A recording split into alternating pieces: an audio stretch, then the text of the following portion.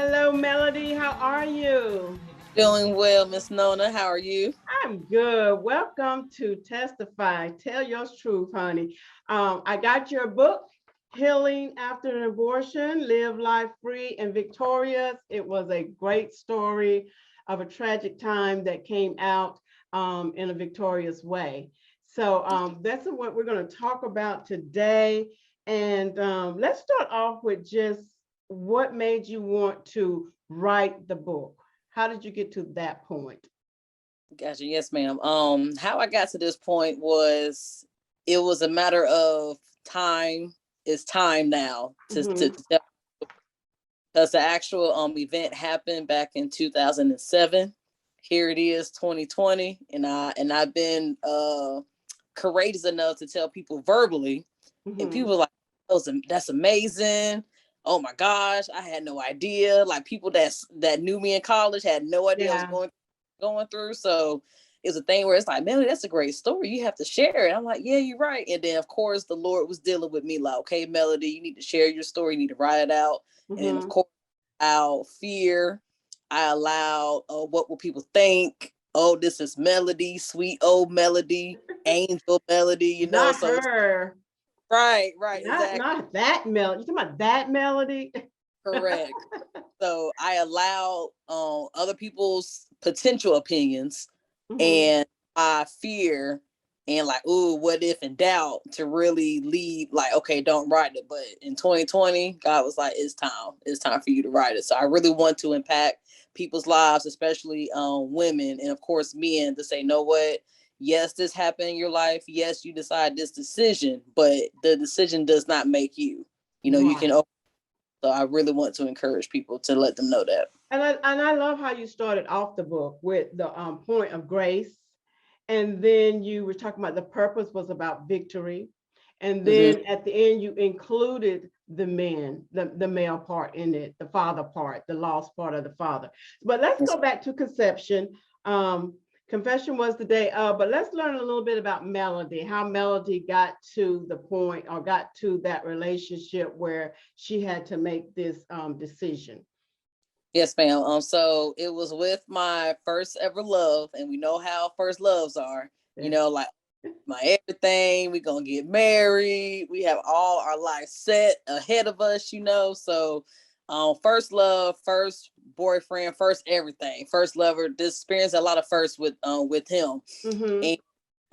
and of course we came from different backgrounds, coming from the south, coming up to the north, and stuff like that, and we do have different interests, but it was a point where it was just the puppy love phase, I call it. Back then it was love to me, but looking Yeah. back, puppy love.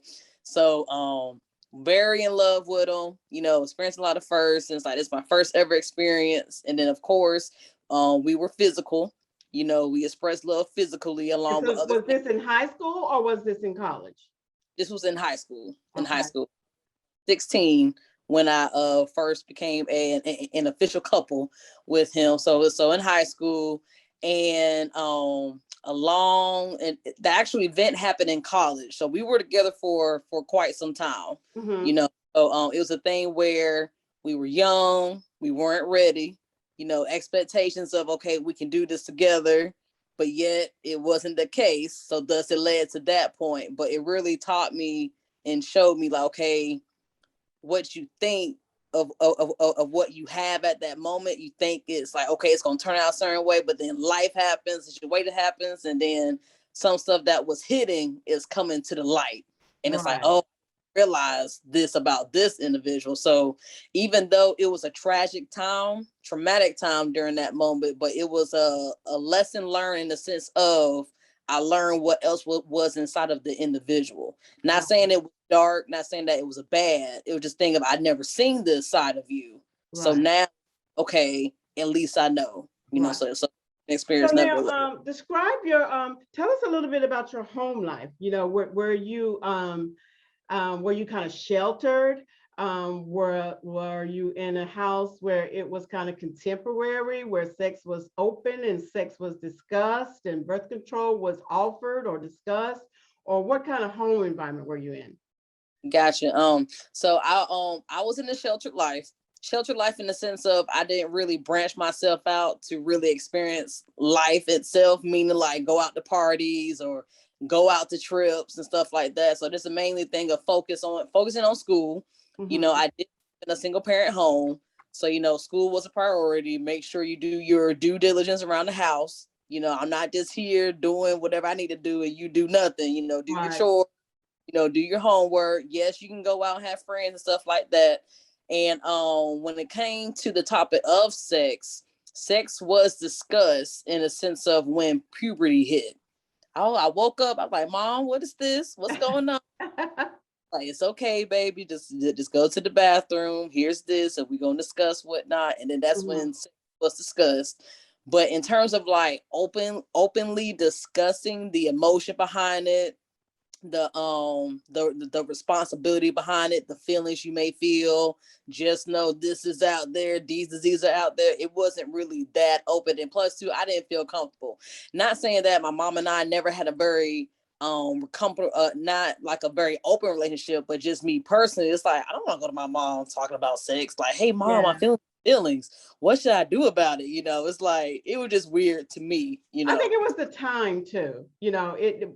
We always say back in the day, but during that time, in the 70s and the 80s, we just didn't have those kind of conversations with our parents. It was just abstinence, and that's the way you do it, and that there's no need to talk about it because this is what you're supposed to do.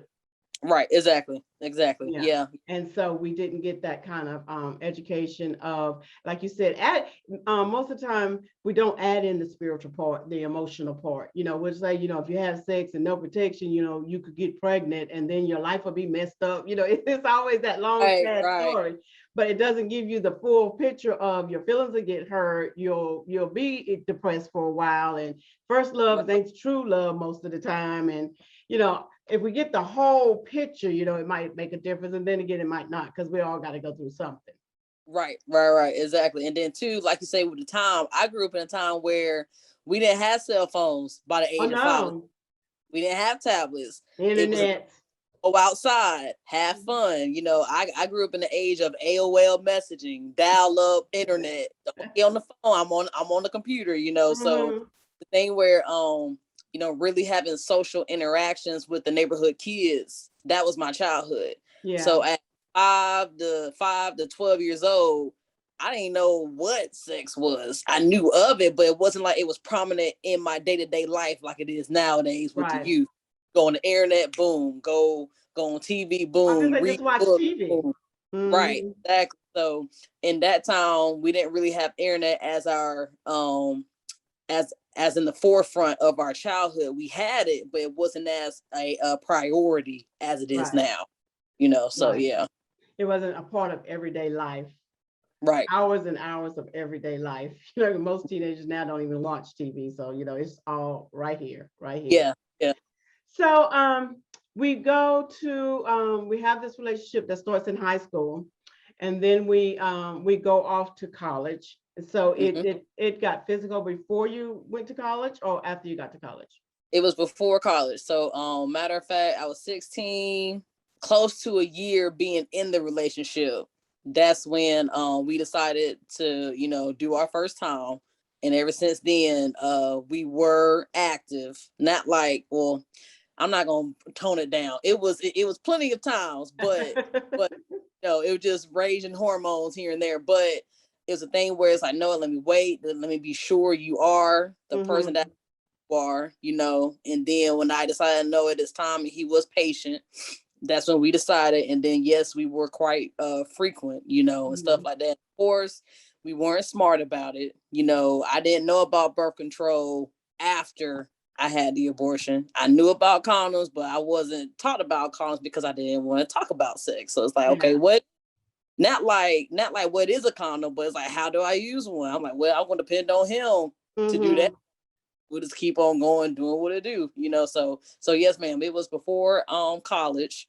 So it was in high school, and then of course into college, and I became pregnant when I was a freshman in college, the spring semester. So it was within my first year of college where it's like, oh, I am pregnant, and then it's when everything starts flourishing. Right. then it's the bump, okay, what do Right. we do now? So tell me Right. about the conversation you had with him. So of course I was at first I was like, I'm not gonna tell him. I didn't want to tell him. But I started thinking about it. I'm like, know what? If I was in his position and I have, a girlfriend in college her first year and I'm in my senior year, I would like to know because I care about you, and I love you too. So it's a thing of letting me know what's going on with you. So it's a thing where I did tell him, and yes, I was scared because I didn't know what to expect. But I figured, hey, we're doing all this together as a couple. Something like this needs to be discussed. Right. So I called him. We were on the phone, and of course, it was a shocker, like silence a little bit here and there, and some more silence. But then it was a conversation where it was a real place for us. We really had to grow up in that moment of me Yes. discussing, because like we weren't mindful of the responsibility behind the fact of what if we became pregnant. It Right. was just, let's have fun, let's do the action, but not think of the consequences. So Right. here, on the conversation, it was really, really in a conversation where we had to become adults in that moment. Like we really had to think this through. It's not like it's a piece of fruit we don't like. We can just throw it away, get another piece of fruit, or something where we do an activity. Oh, let's stop playing Yeah. basketball. Something else. Let's It's something. rewind. Let's start all over again. Right, Didn't right. do that. So No so like U-turns. right, exactly. So on the phone, it was serious, and he said, "Okay, I really don't want you to do this. I really want you to keep the baby." And I was like, "I mean, hey, it's a The thing." abortion came up in the first conversation? So like, I told him, it was a thing of like thinking, reading, not reading out loud, but speaking out loud our thoughts. Like, Okay. hey, what do we want? What's going to happen here? So I told him, I'm like, hey, what we gonna do? My first thought was an abortion. It Mm-hmm. was think of like, okay, how can we do this? I was gonna go into the fact of like, okay, let's try to get a job, let's do this, let's do that. Yeah, I'm in college, yeah, I'm scared, but I'm willing to do it. Mm-hmm. So like the thing where at that moment he spoke with his mother, and his mom dig on the phone, and stuff like that. But like that was the second conversation. The first conversation was like just me and him, but the second phone conversation, his mother was involved. But the first conversation, I was like, okay, what are we gonna do? And he was like, I don't want you to go down the route of thinking you don't want to have a baby. Let's figure it out and stuff like that. I'm like, okay, but of course we were both scared, both Mm-hmm.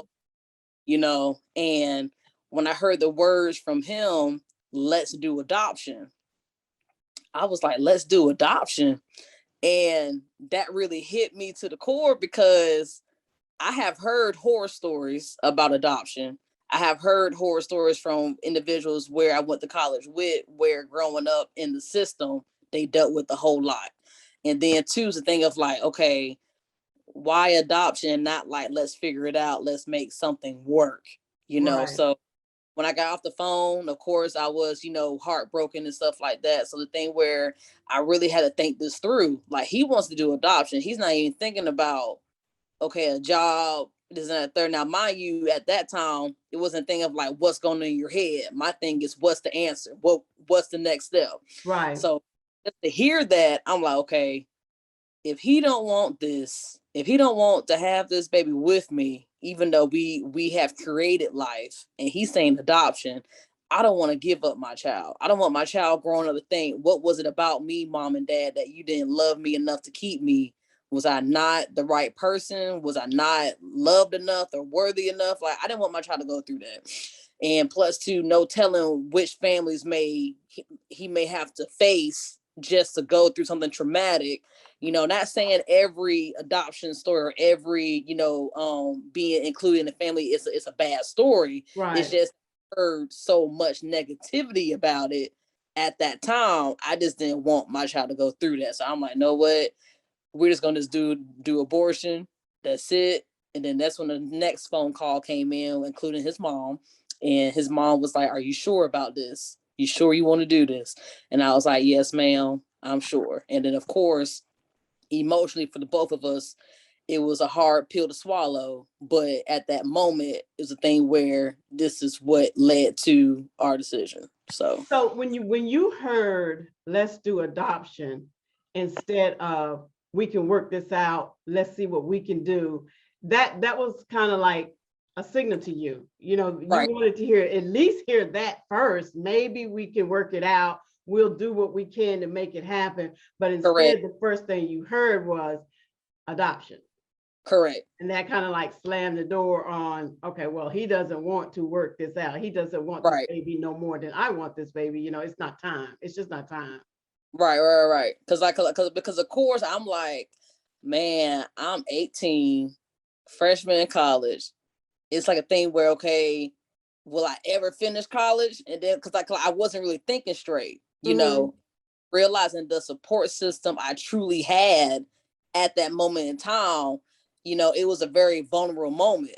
It was Yeah. like, wow, like growing up, I was a very private person. When it came to first finding out being pregnant, I kept it to myself, but of course let him know, and his parents knew. But when it came to my family, I purposely did not tell my family. I Mm-hmm. wanted to deal with the situation myself and talk with him first to see what we are going to do, and then if it was the plan of, okay, we're gonna keep the baby, we're gonna work it out, I was gonna tell my family. But Right. being that there's no point, if we're not gonna have this child, I'm just gonna have the abortion secretly. Don't tell the family, don't tell no one else. Just do what I have to do and keep on living life. Mm-hmm. So I didn't really truly, and then after the fact of being healed from the abortion and from the root of everything from it, that's when I learned, like, Melody, I was there. I could have helped you. Mm-hmm. Melody, we could have came together and got the crib and got this and got that. And yeah, you would have been a single mother, but you had help. I'm Right. like, wow, but points of me being private, of me being to myself emotionally, me being to myself, working my own problems out by myself. Right. So the consequence of me saying I can do it on my own, I can do it out of my own power, and not leaning on God, not leaning on my family, not leaning on the friends that were there to help me out through it all. So Right.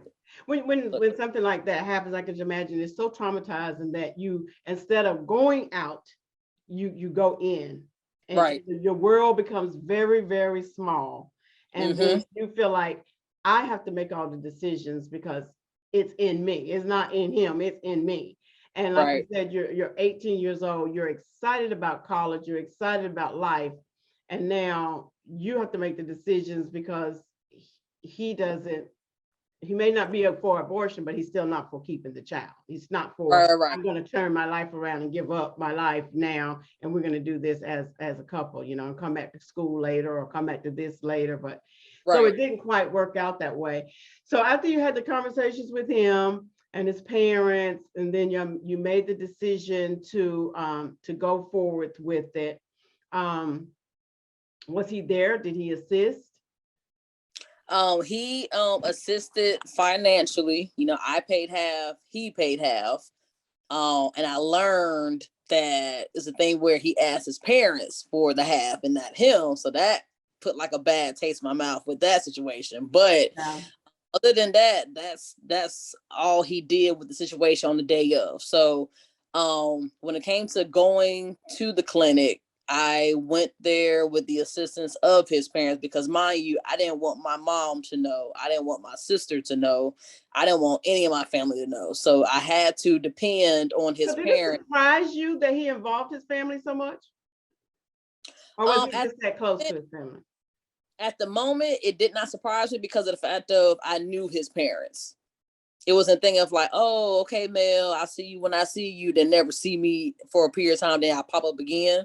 I Mm-hmm. was really involved in their lives, but not like involved like between me and my mother, Okay. stuff like that. They did know about me. They knew who I was. And it's a thing where when he do express, me and my boyfriend at the time, when he do express me, it's like, oh yeah, how's she doing? She doing good? Oh, hey Mel, how I'll call them from time to time. So it's a thing where I had to depend on them just to meet up with them. Cause mind you, I went to UNC Chapel Hill for my undergraduate educational career. So I went to UNC. So I'm in Chapel Hill. His family is in Raleigh. So I used the bus to travel from Chapel Hill to Raleigh, and then I met his father at the bus station, and then his father transport me to his mom's place of employment, her job. Then from there to actually go to the clinic. And so she was So like, where "Are was you gonna?" he? He had a important, according to him, he had a very important basketball session that will determine his placement or his route going into school with a scholarship. So he did tell me ahead of time, like, hey, this practice or session is going to be very important for me to get into college. It'll be my ticket to go to school.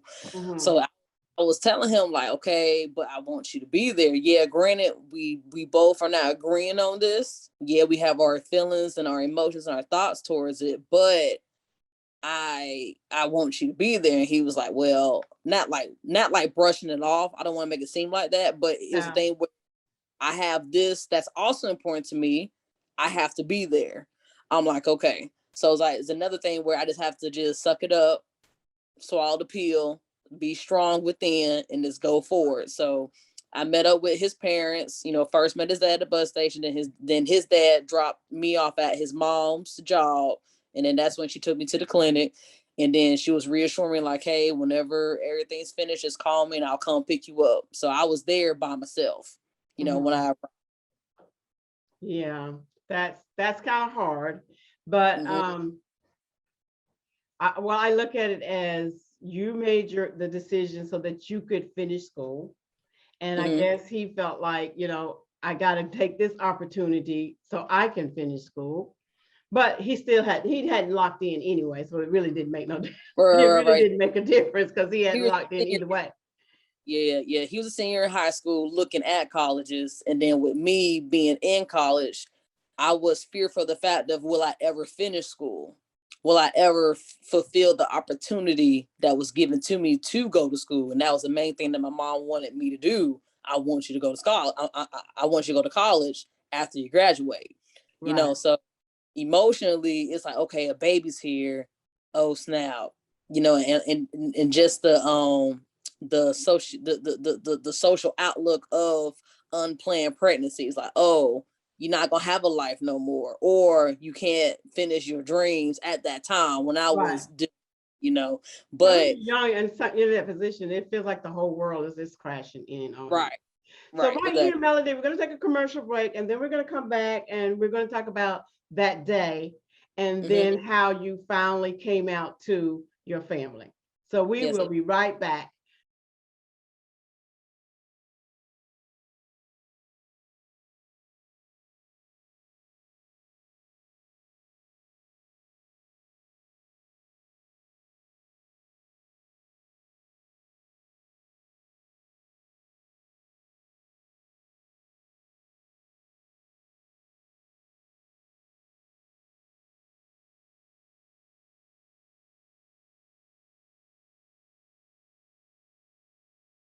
Welcome back to Testify. We're talking to Melody, and she is giving her truth about her story. And we're at the point where it's the day of. It's time to go to the clinic. We're at the clinic, and you're by yourself. And so I can just only imagine how you're feeling. Yes, Can you ma'am. talk about that day? Yes, ma'am. So, very, very vivid moment. So I first arrived, and of course, there's the protesters out there with their signs, and it was a thing where I noticed them, but I did not pay attention to them. So, like, yeah, I was hearing what they were saying, but I can't even tell you what words were coming out their mouth. But I knew they were there saying, in a nutshell, don't do it. It's about to kill life, and stuff like that. So even though they were there, they weren't my focus. I didn't get distracted. It was a thing where just walking up the ramp, walking past them, going to the front door. And then of course with the check-in process, like, hey, my name is Melody, I'm here. And that's when they said, okay, just wait here. Then I went to a different person in terms of like, hey, it's time to pay for the procedure. And they did have, the opportunity, like, hey, you can always decide now that you don't want to go through with this, and I told them no, I want to go through. So I paid for the procedure. And that's when I went to a different waiting room with other women who were waiting to have an ultrasound. So in that room, it was surprising to me because I figured it'd be a whole lot of Black women. That's just the stigma of me growing up. Unplanned pregnancies only happen to Black women. It's always the stigma of, there's not as much opportunities for us out there, of that nature. So going to the room, it was a shock to me because I saw all different racial ethnicities. I saw all different backgrounds. I saw all different ages. So it was like, wow. Okay. So you're looking at, when you're in the room, you say, now this is the truth. No matter what they say out here, I'm seeing the truth in here, right? How it really is. Exactly. So yeah, I saw older women than me. I rarely saw ladies of my age at that time, 18, but it was mainly, I looked at women in their 20s, 30s, and 40s, it looked like. And then there were some women, they had their partner there with them, and then some were alone as well, and stuff like that. And I'm just thinking to myself, like, okay, what may have led them to come to this situation? Right. So at that age, I just assumed they probably did not want their child, unexpected, unplanned. It is what it is, but when I got older and I have exposed myself to learning about different reasonings behind having to be in that moment, it could be reasons like medically, their body just can't have the pregnancy full term, or it might be a thing where genetically a disease or condition, if the baby was born, baby may not have survived for a long period of time. It was a whole lot of reasons that I learned after the fact. So at the moment, I was very immature because I just assumed, oh, they just didn't want their child unexpected, not knowing something else been involved. Right. So it was a very eye-opening experience. And then to actually be called by the ultrasound technician, like, okay, Ms. Lee, come on in, and to have the ultrasound and actually see my baby on the screen, I was like, oh my gosh, like, wow. And then that's when we determined I was 6 weeks pregnant. Cause like, that's when the woman asked me, like, do you know when the last day of your period was? And I told her around after Christmas, and stuff like that. She said, okay. And then she was counting down. Okay. So like, just by, calculating, you're about 6 weeks pregnant. And I was like, oh my gosh, so I see my baby up there. And I'm like, man. And I always thought my baby was a boy. Cause I always wanted a boy. I still want a boy, but at the time, baby was a boy, and stuff like that. So just to see, like, wow. And then it hit me like, okay, Mel, you can still get out of here and still keep this baby. But then, like, if my boyfriend at the time wants to do adoption and not keep the baby, what's the point of me wanting to keep the baby? And then too, we both have our lives ahead of us. Reality kicked in, like, there's no point, so I'm like, let me just stay here and just go forth. And then that's when I was called again to get prepped up and get ready. So here it is. I'm getting prepped up, getting ready, got the gown on. I go into another room where the actual procedure happens, and it was a very cold place. There's a nurse in there and the actual doctor, and the nurse was saying, like, okay, Miss Lee, I'm gonna hold your hand. Just know I'm here. And the doctor was explaining, like, okay, this is what I'm about to do, and stuff like that. So of course, here comes the tube being inserted. And then that's when he turned on the machine to, it sounds very disheartening, but the sound was mimicking like a vacuum in a sense. So like, think of like having to go in and scramble in a sense, and then suck everything out. So, of course, I was told you will feel discomfort. when this process happens, and the nurse was there like saying, you know what, you're doing fine, you're doing good. By all means, if you feel anything outside of what the doctor explained to you, please let me know. Mm-hmm. You know, of course, the nurse could only do but so much, because I can only imagine what she sees on a day-to-day basis, you know. So the thing where it's like, I want to be emotional for you, but I can't be emotional. And then with the doctor, it's like, okay, here come another patient doing the same thing every day, you know. So, and then I remember walking in and I saw the container that contained the waste. So I don't want to say waste in the sense of like, you know, oh, it's just waste, it's just remains, but it like waste was in there. So I'm like, wow, my baby about to go up in there. You saw, you look, it seems to me you saw too much. Right. Do you have any regrets actually seeing the ultrasound? Do you wish that you hadn't, or does that one thing keep you going once now that you're healed? With that, I'm very appreciative that I did see the ultrasound, because with me, even though I made a decision to say, no, I want to do this, I did not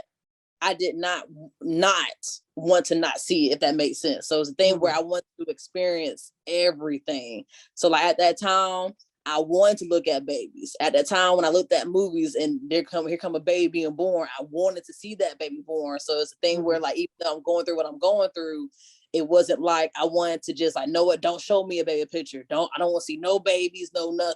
It was a thing where I still was open to the fact of like, oh, this could be me, but I have to do what I have to do.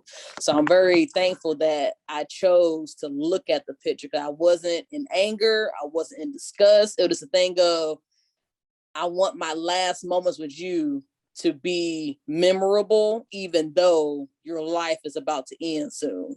So I wanted to I want to cherish those moments, because I when I look back, I it would have been thinking like, man, I wish I could have looked at the ultrasound, or man, I wish, you know, I would have prayed, even though the decision I'm about to make is about to take away life. At least I had a moment with my child, you know. So I'm very thankful that I did do that, even though I experienced all that experience, even though I saw what I saw in the actual procedure room. I was like, whoa, this is about to happen. So when the actual procedure was going on, that's when I just started praying like, Lord, please forgive me. This is my baby. This is the child that you gave to me.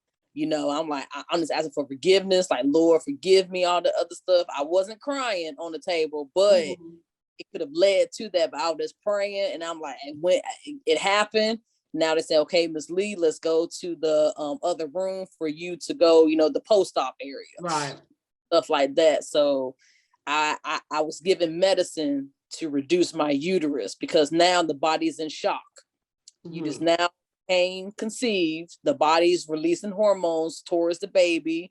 Everything's for the baby now. Now the baby's gone. The body's like, hey, I release all this hormones out biologically. Where's the baby? You know, so I was told by the nurse, you're going to be given a medicine that's going to reduce your uterus down, and basically, in a nutshell, telling the body that there's no baby here. And so, of course, one of the side effects of this medicine, you're going to get sick. And oh, Lord, I got sick right in front of everybody. It was so embarrassing. But then it was like, it is what it is. Like, I wasn't even worried about getting sick. I wasn't even worried about all the other stuff. Just thinking like, hey, it happened. So, but the blessing, I would say, in the post-op area was another young lady. She was there, and she was talking to me about her situation. She already had 2 kids, and her boyfriend at the time, it was, you know, she purposely did not tell him, because the thing, it's just not the right time right now for us to have another child. Right. So she did what she did out of the fact of, financially, where we're at in the relationship, it's just not time yet. And then just looking back at that moment, it's like, wow, okay, it really sinked in, that moment of a woman's choice to either have her baby or not, because you don't know what mountains or what giants or what problems that she may be facing, you know. So it was a very genuine moment that we expressed to one another, because I explained to her my situation and vice versa, and then before you know it, the side effects of both of us started coming in. She got, I got sick, but But I y'all really was sick together. right. I really appreciate that moment that I shared with the young lady, because it was a moment where, you know what, I feel where you're coming from. I understand why you're here, even though your reasoning behind your decision may be different from mine, but I can relate to you on an emotional level as to why you're here. So that was a real. And I think it was a perfect time for both of y'all to have support. You know, it was right at the procedure. You're sick, you don't feel well, you feel all alone. And then, you know, it was a perfect time for y'all to have that conversation and have that support for each other. Mm-hmm. Yes, ma'am, for sure. Okay, so it's all over. I know that there comes a point where you have to tell your family. Yes. So I went back to my dorm room that same day of the procedure and crying all night. As for again, I went to sleep. And then here comes the next day. That happened on Saturday, February 17th, 2007. Here come the next day, Sunday, February 18th. And this is the day where I need to take the same pill again, but the next day to finish out the therapy of the medicine for me to get my down. So I went to college friends where they said verbally, hey, whenever you need me, call me. I'll be there. I'll help you out. So here comes the opportunity. I'm calling. Right. Not available. They not surfacing. I'm like, what is going on here? Like, what in the world? And so I'm like, okay, I have to call my sister. So call my sister. And of course, the heartbeat going fast. I'm like, okay, I got hyperventilate. Yeah. Say this. I don't know what to expect. Well, I'm like, okay, here we go. So I told my sister, and my sister, in terms of like, wow, she didn't say wow, but just the moment was wow, because mind you, here it is, my younger sister's coming to me about the fact of she just had an abortion. Not like I'm deciding or figuring out, like she just had one. So it's like, whoa. And mind you, she's on her way to go to church. She got her routine set, and then here it is, boom, a bomb drop. So, you know, in the book, I'll just explain them verbally what had happened in that interaction, you know, and stuff like that. But on the phone, it was just like any other family member that would hear, you become emotional, you know, that, and you already have your mindset for the day, like this is what I'm doing for a day. Then here come a bomb drop. Oh wow, like wow, okay. So it's the thing where she said, Melody, I'm on the way, but just know you're gonna have to tell mom. You're gonna have to tell mom. So like it was not an ultimatum. It was not that. At the time, to me, it felt like one, but now older, it was not an ultimatum, you know, but it's a thing where like she said, know what, you have to tell her what happened. Yeah. It's a thing where you need support from family, you know, and she was explaining to me that I'm not going to tell her because of the fact of it's not my place. But if you don't tell her in a particular time frame, just know she will find out from me. So I'm like, know what? Just to avoid all the fear, all the buildup of like, oh snap, I'm like, let me just call mom now. So I call mom, and the conviction comes in strong, fear comes in strong, because every child has that expectation of themselves to say, know what? I want my parents to be proud of me. Right. I want my parents to look at me and say, know what, you're doing a great job, baby. I'm so proud of you. I'm happy for you, all that stuff. So now here it is. I feel like at the time I let my mother down because of the fact that I got pregnant. I'm in college. I'm throwing away the opportunity. Not saying that she never told me, you know, how dare you do that. But to her, she didn't want her kids to go through what she has gone through, being a single parent, having to do everything herself. So here it is, her own child. It's like, oh boy, here we go. So I did tell her, and out her mouth, it was so powerful. Out her mouth, she said, Melody, I need for you to come home. Just come home. And I'm like, well, Marquita's on the way now to come pick me up, and we're going to come home. She said, good. Once you're on the way, just let me know. Calm as day. Not yelling, not screaming. Did that But scare you? yeah, and I'm like, man, she about to go She was off on wrong. this. Yeah. It was, I need you to come home. So got picked up from my sister, went home, and she gave me a hug when I came to the door. She gave me a hug, and then that's when, of course, she said on the phone, "Where is your boyfriend? Where he at?" And I'm like to myself, "Why you got to bring him up for? I don't know where he This at. not He me was, right this minute.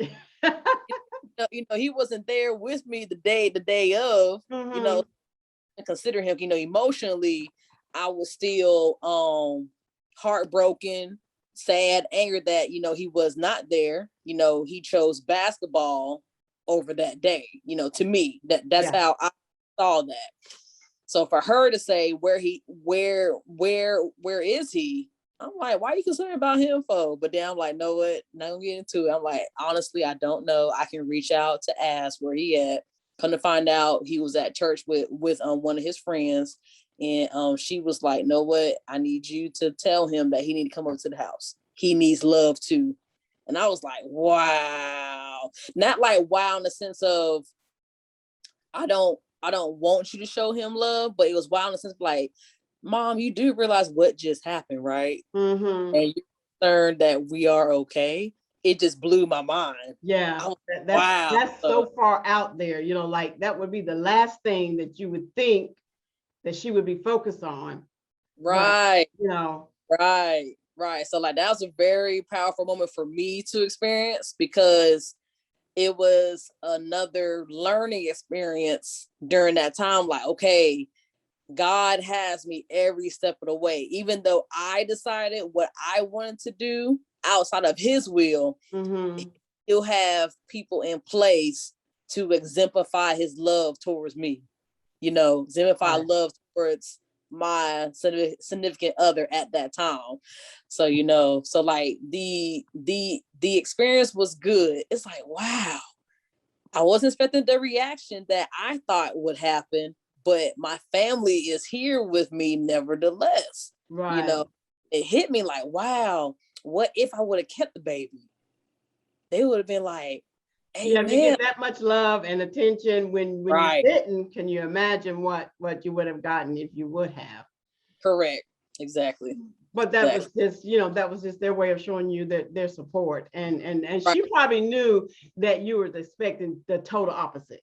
But she made up in her mind. I'm not going to give her what she's thinking. I'm going to give her what I got because there's no need to give her any flack because it's done. It's over with now. She's Right. still my daughter. I still love her. I know she's hurting. And so they're both hurting. Right. Right. Exactly. Exactly. So that was a very powerful moment. I didn't I didn't realize how powerful the moment was at that moment back then. Right. But when I went through my healing process, I'm kind of jumping the gun here, but when I went through the healing process of the abortion, it was like, wow, that was a powerful moment that It I was. experienced and not even realizing it. So I was very, very thankful for her. Yeah. This is what I'm not focused on what happened. I'm not focused on what is right now. The thing is, how are y'all two doing? And Mm. then first time seeing him, I did see him leading up to the abortion because like it's a thing of like, hey, I am pregnant because of course most reactions of most young boys, are you sure I'm the father? Are you sure? Like, he didn't Mhm. say that verbally out his mouth, but it's Right. later on in the future conversations before the abortion happens, thing of like, you sure? You sure? I'm like, I'm positive. I took 6 pregnancy tests. Six. I even took another one. I took 6 when I found out like crap, my period's not here. And I'm like, oh, I'm late. Sometimes I'm late due to stress in school. Like, I'll just Mhm. wait. I waited after that week moment. It's like, wow, okay. So let me take. I took because on the student health on campus, they had 2 tests in one pack. Right. So I bought 3 packs. I was so in denial. I'm like, this cannot be true. So the first one positive, second one positive. Like the first 2 did not solidify. So I'm like, I need to take all of these. So I told him like I took all of these tests. I'm positive. So like with him, it's the thing of like, I want you to take one and I'll buy it. I want you to take this and I want you to show me. I'm like, okay, cool. And so showed him, so just to have that bomb drop, like, wow, I'm pregnant now, going through the abortion happened the day after. I'm seeing him, and it's like all these emotions are riding, and it's like, wow. And it was positive and negative moments in that interaction with him on that day when I went to my mother's. So of course we both said things out of emotion. We had said things that was in our heart. There were moments where, he talked to my stomach and say, I miss you, I love you, and stuff like that. And then he'll turn around and within minutes, like, okay, how could you do this, and stuff like that. So it is to me at that time was like, I'm not going to not like bash him for what he said, but it's a thing where it's like at the time I didn't quite understand the moment of emotionally you have to go through it. You couldn't keep it up in. So like that was his moment of, know what, I have to release this. And at that moment, I'm glad that I didn't verbally say nothing back to him out of my emotion. Right. Because I could have read that differently, thinking, why are you doing this? Why are you doing that? But I just gave him a look while I was just quiet, and I left it at that. And I'm so glad I did, because it could have led to something more than what it truly is, and it's like I could have made it worse.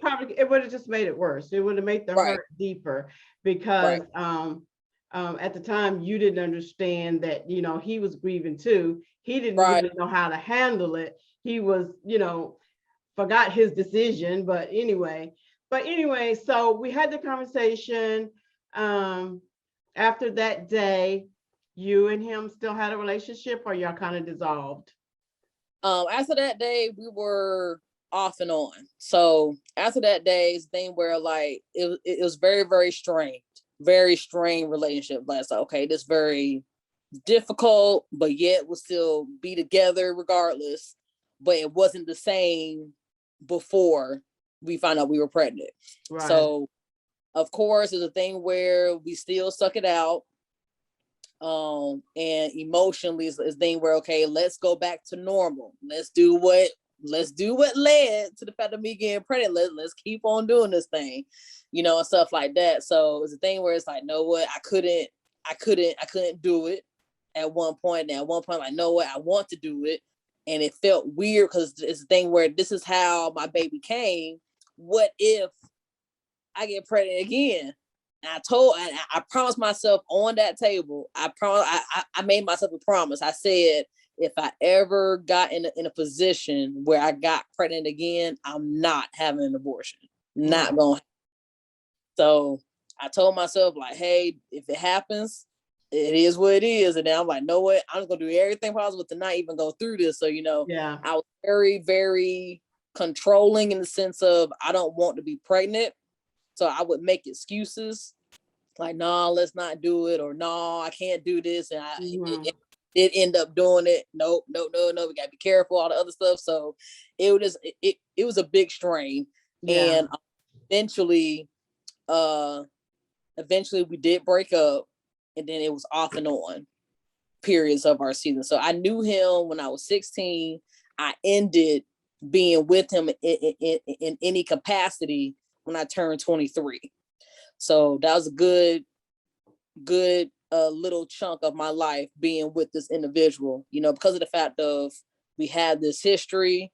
Let's just go through. But as time went on, the thing where, no, I have to let you go. Right. So let's talk about the healing process. Because that happened on campus. Yes, ma'am. It did. So here it is, fall 2008. I went to a fall retreat through a campus ministry at UNC. It was Every Nation campus ministry. And I went to the fall retreat for the weekend. And here it is. I'm coming back on campus from the fall retreat. I get an email. Hey, post-abortion Bible study, it can be done on campus. And I was like, Lord, I didn't tell nobody about this. What is really going on here? And I'm getting an email in my student email about this opportunity. I was like, wow. I'm like, so okay. The email wasn't straight to you. It was kind of like a No, Oh, no, no, no. Anderson. It was straight to me. But that's the thing. It's like I didn't tell anybody. So I'm like, who would? I'm trying to think, Lord. I'm like, I'm not even gonna question it. It's very clear that you want me to have this healing. It's very Right. clear that when it came to me, so I'm like, okay.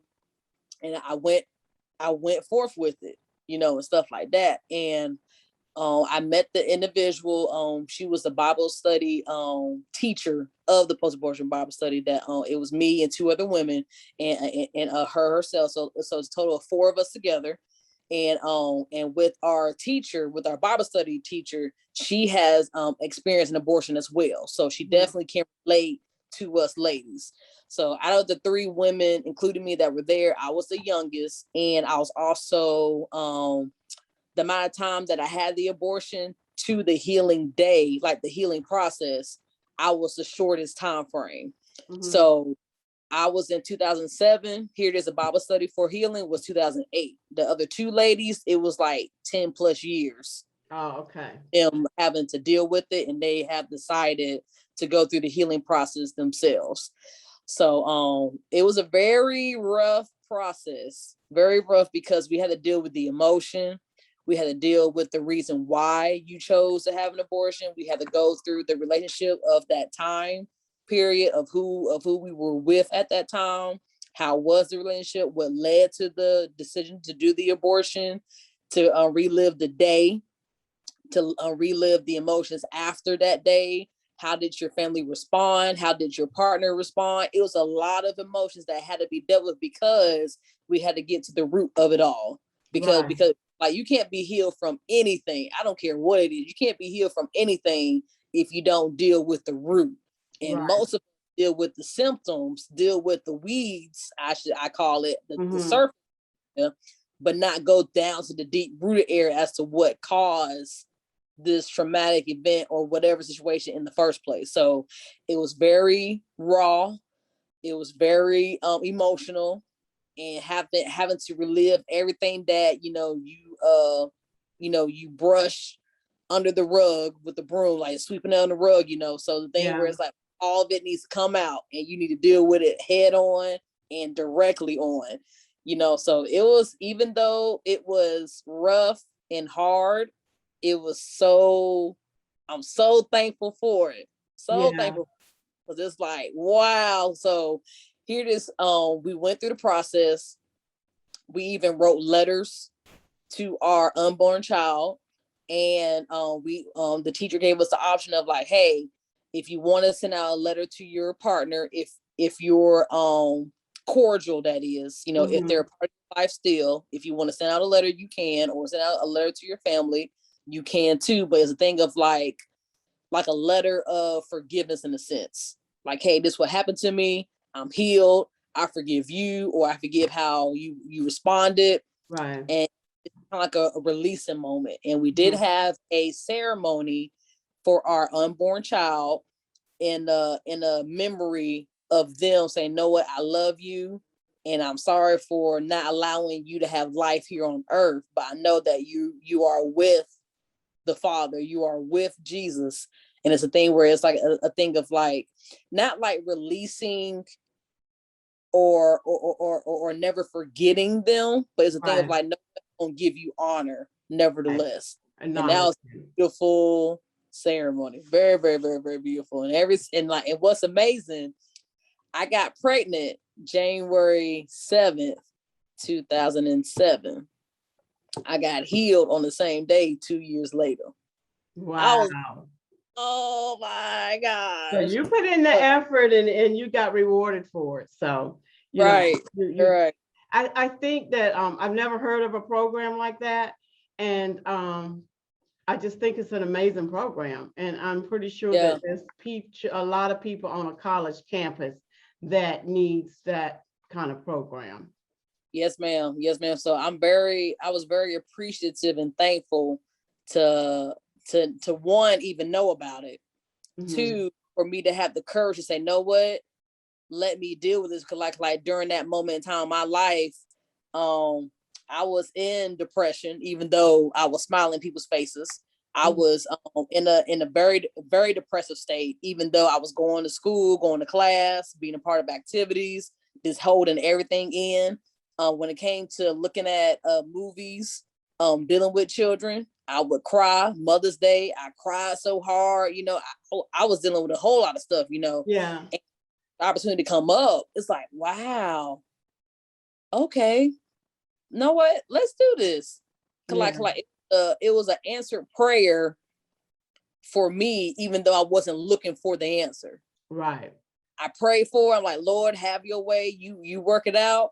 But I'm like, Lord, I don't know how you're gonna do it. I'm not looking out for it. If it happens, cool. If it don't, that's fine too. Because like, I really thought at that moment for myself with my walk and my relationship with God, I really thought that God was angry with me. I really thought like, Mel, how could you do this? How could you decide to have an abortion? So the thing was like, Lord, forgive me. But I still had that mindset Yeah, of that myself. condemnation. Even though Right. you asked him to forgive you, you believe he forgave you, but then you keep telling yourself, well, oh, that was awful. That was awful, And so it's like he forgive you, but you don't forgive yourself. Not really. Right. Not Right. till you Right. get completely healed. Yep. So I'm very thankful for that opportunity. I'm so glad it was on campus. Yeah. So glad. So I'm glad that you went through the healing process and it brought you to writing this book to help other you can't even say young ladies, just all women of all ages and races and diversity and cultures to show them that there is a healing process, that there is a way out. There is a way to get over the pain and get from under the condemnation. And also, what's so wonderful about it is you included the section about the men. Right. So the book is for men, it's for women, it's for couples, to hear, to go through the healing process and let them know that, the decision that they make is overcomable, or even make them rethink their decision. Right. But Right. it's a beautiful book. And it's the first time where I really heard men included in the process and in the healing process, and even think, because most of them don't, they either, like you said, pay half, pay all, or pay nothing, and then they're gone. And so it's just left for the women to deal with. But I never really thought about what the men actually go through. Right. You're right. It's very important that I did that because I can only imagine what my boyfriend at the time was going through. And it was a moment in time where I did talk with him. Matter of fact, it was this is 2021. So it was the summer of 2020. So I started my writing journey with my story. It was in April, May, around that time. And it was an opportunity of seeing him again during the summer of 2020. And just to talk with him, not like directly talking to him about the abortion only, but it's a thing of like talking with him about it and just see like, a whole lot of stuff came out during that time. I was like, wow. And one key thing was he verbally told me, it's written in the book too, where I shared, he told me that I thought it surprised him getting me pregnant for once. It surprised him. But he was like, know what? Even though it happened, I'm hoping the baby will keep us together. That's what he shared with me. And I'm like, okay. And then he really hoped with the baby, being here. Mind you, I'm in college. He's a senior in high school. He had a fear that when I go to college, I was gonna forget about him. I was gonna keep on living life. Know what? We're not together. I met someone new. I'm gonna forget about you. So he figured, the baby would do that. So like, it wasn't a thing of where, I'm not saying that he intentionally got me pregnant. Not saying that, but it was a process to how quickly he, it came for me to get pregnant. He wasn't expecting it to happen so soon. Right. So he's like, hey, you know what? It happened so soon. I wasn't preparing for this thing. It just happened.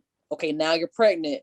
Okay, I'm just hoping that even though my action came unexpectedly and I want it to happen, he wanted me to be pregnant, but not the way that he thought it would happen to be. you know, it is what it is.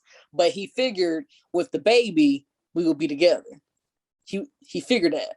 So when he shared that with me last year, you know, last summer, I was like, wow.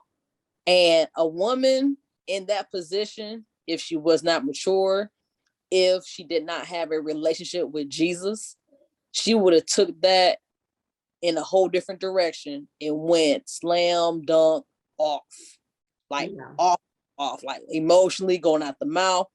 But all I said to him was, you know, you could have just came to me to talk, right? You didn't have to leave that in. And that moment made it all full circle. If it really came to life, Romans 8:28. All things work together for those who love God and who are called according to his purpose. So even though me going through the depression, me going through the grief, me going through the pain, and me being healed from it, me sharing the testimony, and just to hear those words out of his mouth, it all became full circle as to really understanding why I had to go through what I had to go through, and why he had to go through what he had to go through.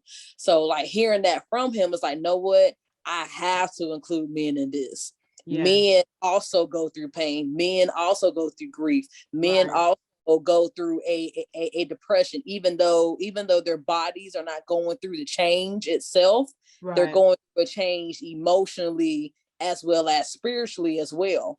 So I really wanted to let the men know, like, hey, men, I have not forgotten about you. Because the women are in the forefront, because the woman is carrying the baby, because the woman has ultimately that final decision to make that choice, you are affected as well. You know, so I'm basically sharing, you know, in the book, men, express yourselves. Because it's something they're never going to forget. You know, they're never going to, they won't talk about it. They probably won't talk about it. They don't go through the healing process, but it's something they're never going to forget. Right, exactly. So that's the thing where, you know, society, even when I was growing up, the thing is it's very frowned upon if a man shows his emotion, or a man cry, or a man show any signs of weakness, you know, and stuff like that. So like, just to go through anything traumatic is not a sign of weakness if you want to express how you feel or show how you feel and stuff like that. It's just showing that you're a human being as well. You're a human being dealing with trauma or dealing with fear or anxiety, whatever the case may be. So I really wanted to show men in this world, you're not alone in this. It's not only a woman going through. Yeah, she might be in the forefront. She might be on the cover of the book, but on the back of the book, you're there as well. You know, so I really wanted men. I really want men when they read my book to say, know what? I appreciate this lady. I appreciate this woman to even think about me. I don't care if he's white. I don't care if he's Arabic. I don't care if he's Chinese or Asian or Hispanic, or I don't care what race you are, what background you come from. The fact of someone's thinking about you as a man dealing with, it's like, wow. See, like, not like about time, but it's a thing where we cannot forget men. You know, yeah, women are the carriers of life, but men give life. They give the seed. So like, if it wasn't for the man, this would not be at all. You know what I'm saying? So like, it's a thing where we can't just assume, oh, men are fine. They can suck it up. They can keep moving. They move on. They move on to the next woman. They move on to the next woman. But like I said, they still will never forget. Right, exactly. So I really wanted to be very, it was important to me to have them included because both parties get involved. They still suffer a loss. They still deal with emotional, spiritual, mental adversity just to deal with what they're dealing with. So I did not want to be in a place of, oh, they forgot about me again. Not saying that we have to give them props or put the spotlight on, but just know they're dealing with loss as well. And to also acknowledge that. Well, Melody, I tell you, it's a great book of healing. It's a great testimony, and I'm so glad that God has you in a place where you can tell your story and tell it in a way of victory and not in a way of sympathy or empathy or sadness or depression, but you can tell it in a way of victory that touches so many people's different lives. And anybody that has been through this will get a blessing from reading your book. So now, do you minister to Yes, ma'am. others? I'm a minister, an elder at Hope Church International under Pastor Nathaniel R. Fuller in Durham, North Carolina. So Mhm. I'm an elder, I am a minister. In terms of me actually having like a ministry in place for women or men when it comes to abortion, that's not in place, but God is dealing with me. Everything is for a reason, everything is for a season as well. So Right. for the book to come out when it came out this year, it Mhm. came here. So it's just it's just amazing that just the process of everything unfolding, Right. and what, Melody, your testimony has power, and your testimony will help other people, Right. so like Because so like you like said, the women that was in your class, it was 10 years ago for them. right, So right, people still need healing from 10, 20 years ago. right, exactly. So like it's a thing where when I say God is dealing with me, he's preparing me to set up that platform, to set up that environment for healing to come forth in a different way. So this way Right. was the next way is a thing where what a Bible study needs to be in place, a session needs to be in place, and stuff like that. So like, it's like he's definitely preparing me in order for that to happen. So Sure. definitely everything is set in stone, everything's prepared, everything's ready to go in the forward direction, then you'll definitely will be hearing from me as to, That- when and where and how often, That's great. That is great. Well, Melody, thank you so much. I appreciate you coming on and sharing your testimony with everybody. And like you said, this isn't the end. This is just the right. beginning. So I'm That's right. excited to see where you go. I'm going to continue to follow you because I am excited to see where you go and to see how many people you're going to be able to help. It's going to be many. So Yes. we really appreciate you coming on Testify, and we look forward to following you on Facebook and all your different missions. And I Yes, wish ma'am. you love, peace, and happiness. And it was great talking to you again, Melody. Yes, Take ma'am. care. You for having me. Take care. All right. Bye-bye.